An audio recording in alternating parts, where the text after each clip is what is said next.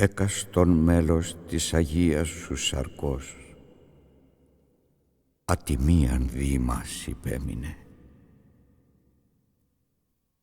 Τα σακάνθας η κεφαλή, οι όψεις τα εμπτίσματα, εσχιαγόνες τα ραπίσματα, τα ότα τας δισεβής βλασφημίας, ο νότος την φραγγέλωσιν, η χείρ των κάλαμων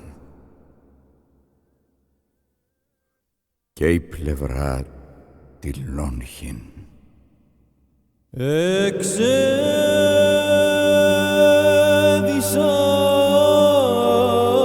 με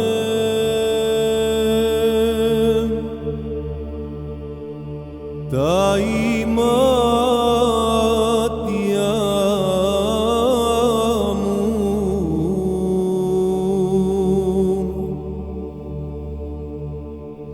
και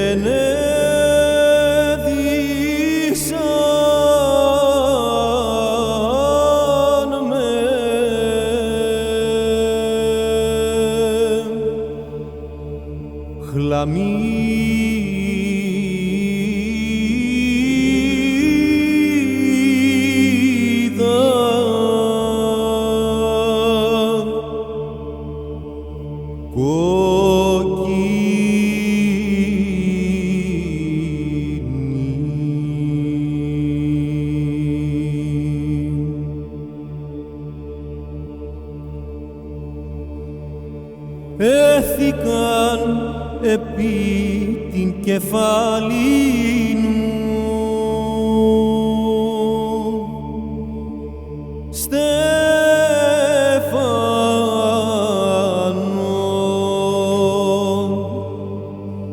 εξακανθώ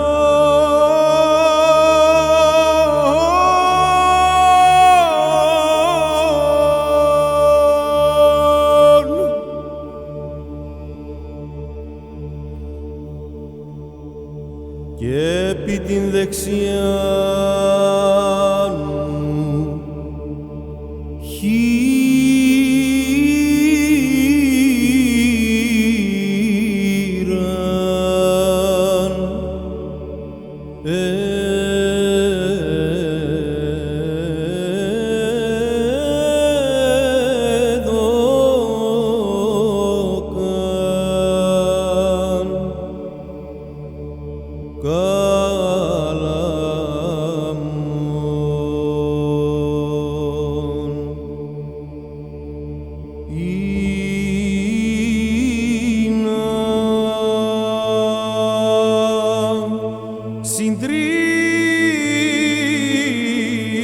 συντρίψω αυτούς